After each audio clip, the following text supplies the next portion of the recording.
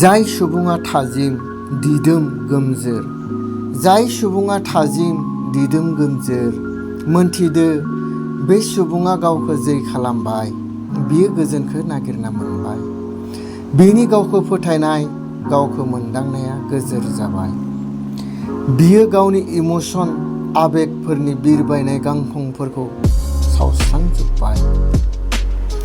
बियो आरो बांद्राय लब, बांद्राय रागा, बांद्राय बानाय, बांद्राय दुखु, बांद्राय गिनाय, बांद्राय रंजानाय आरो उसिफावनाय फोसावलिया गोसो गासैखौबो सिमायाव लाबोजोब्बाय, जखानि खालामजोब्बाय।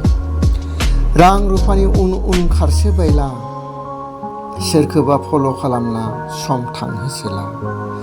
रां रुफानि उन उन खारसोबायला, सोरखौबा फल' खालामना सम थांहोसोला।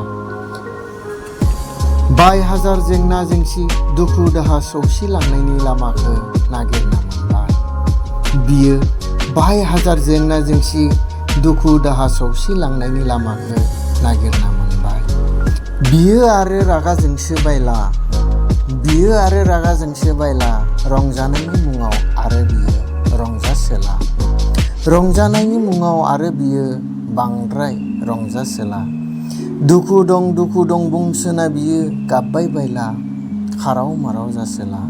मानोना बियो मोनथिबाय नंबां जाबां साननाय, बांद्राय रागा, बांद्राय दुखु, उसिफावनाय रंजानाय बेफोर गासैबो जोंनि गियाना जेराव जोबहैयो बेनिफ्रायसो जागायजेनो। आरो बियो मोनथिबाय बुजिबाय बेफोर गासैबो जोंनि मुर्ख सानस्रिफोरनिफ्रायसो जोनोम मोननाय। आरो बियो मोनथिबावबाय बेफोर गासैबो जोंनि मुर्ख सानस्रिफोरनिफ्रायसो जागायजेननाय। नंगौ बियो थाजिम गोमजोर दिदोम गुरै जाबाय।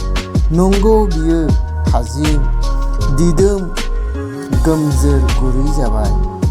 बियो आरो दिनैनिफ्राय गिख' नंला, गावखौ जै खालामबाय।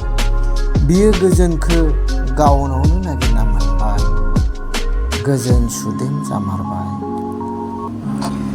बैफोर बाथ्राया जुदि नोंथांनि गोसोखौ एसेब्लाबो एथुखांनो फोजाखांनो हादों, नोंथाङा बे सनानि बड'लेण्ड चेनेलखौ आंगो लोगो खालाम, साबस्क्राइब खालाम। जायनि उनाव आरोबाव बिदिनो मोजां बाथ्रानि भिडिअ लानानै फैबावनो गोसोआव थुलुंगा मोनो, बोलो मोनो। गोजोन्थों।